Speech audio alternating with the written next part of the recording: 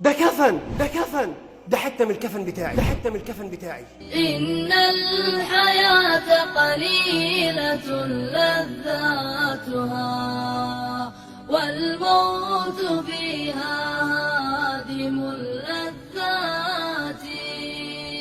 ما أقصر الأعمار عند رحيلنا.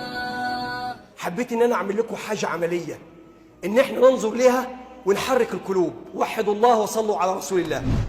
عارفين ده يا جماعة؟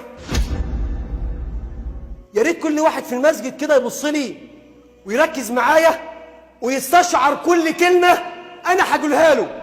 عارفين ده يا جماعة؟ اظن ان انتوا شفتوه قبل كده وكلمكوا قبل كده ونادى عليك قبل كده واشتريت قبل كده. بص له كده. ايه ده يا عم الشيخ؟ ايوه اللي في بالك ده كفن، ده كفن، ده كفن. انت اشتريت لابوك، وانت اشتريت لاختك، وانت اشتريت لعمك، وانت اشتريت لعمتك. ايوه ده كفن. وعارفين الكفن ده الحته دي؟ ده حته من الكفن بتاعي، ده حته من الكفن بتاعي. هو انت مجهز كفنك؟ مجهز كفني. انا هموت وعارف ان انا هموت. في ناس ما تعرفش ولا لسه وصلها ان هي هتموت. ايوه ده كفني، انا شاري كفني، انا مستعد. انا الاسبوع اللي فات مغسل ما يقارب 8 حالات او 9 حالات في اسبوع واحد. انا هموت وانت هتموت. شفت الكفن ده؟ الرئيس هيلبسه، والوزير هيلبسه، والغني هيلبسه، والفقير هيلبسه، والعزيز هيلبسه، اللي كان بيزني هيلبسه، واللي كان بيشرب مخدرات هيلبسه، واللي كان قاطع للصلاة وقاطع للرحم هيلبسه، واللي كان بعيد عن ربنا هيلبسه. شفت ده؟ هيسترك يا اللي كنت بتزني، ويا اللي كنت بتشرب مخدرات، ويا اللي كنت متبرجة، ويا اللي كنت بتطلعي ببنطلون، ويا اللي كنت بتحط ابيض واحمر وزفت باب الزفت على وشك. ده ايوه هيلبسنا وهيلبسك وهيبيت معاك اول ليله في القبر. وده اللي هيسترك، وده اللي هيسترك. يا ترى ده هيسترنا على خير ولا هيسترنا على شر؟ فين الجلابيه بتاعتك الحلوه؟ وفين البرفان بتاعك الحلو؟ وفين منظرك الجميل؟ مفيش. ولقد جئتمونا فرادا كما خلقناكم اول مره. انا بغسل اموات بقالي 5 سنين، عمري في حياتي ما حطيت الكفن ده على جسم حد وحطيت معه تليفون، او حطيت معه 5000 جنيه عشان يرشي منكر ونكير، او حطيت معه تليفون عشان يفتح واتس ولا فيس ولا ياهو ولا ماسنجر. يا اخوانا مفيش. ده هيلبسنا وهيلبسك وهيغطيني وهيغطيك، وده اللي هيفضل معاك الى ان يرث الله الارض ومن عليها. يا ترى ده هيلبسك ازاي؟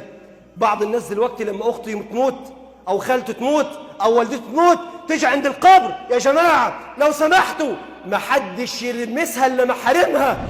طب ما هي بتطلع البنطلون متقطع، وبتطلع سايبه شعرها، وبتطلع متبرجه، ما قلتش ليه ما حدش يلمسها؟ دهوت هيسترني وهيسترك، ودهوت هو هيلبسني وهيلبسك. اسال الله العظيم رب العرش العظيم ان يرحمنا واياكم عندما يوضع هذا على أجسادنا، وأسأل الله العظيم رب العرش العظيم أن يغفر لنا إذا ما دخل علينا ملك الموت. وصيتي لكم إن كنت غليظ معكم لأنني أحبكم وأخشى عليكم مثل ما أخشى على نفسي.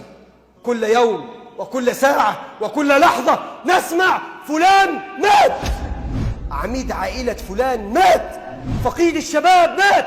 أصبحنا نذهب إلى المقابر وكأنها فسحة، نزهة، رحلة، راس البر أو الساحل الشمالي. احنا عنا بنحضر جنازات أكتر ما بنروح للناس في بيوتها. وبتلاقي الواحد فينا واقف في قلب الجنازة كده، تبص للناس كده وتلاقي واحد عامل لك كده سيجارة في قلب المقابر.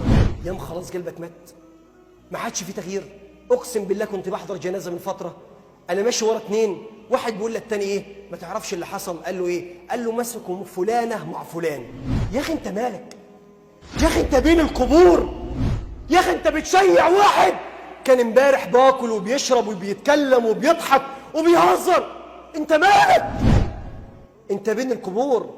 من أهل القبور منهم من يقول ربي أقم الساعة، ومنهم من يقول ربي لا تقم الساعة. يا ترى حالك ده يرضي ربنا إن ملك الموت يخش عليك؟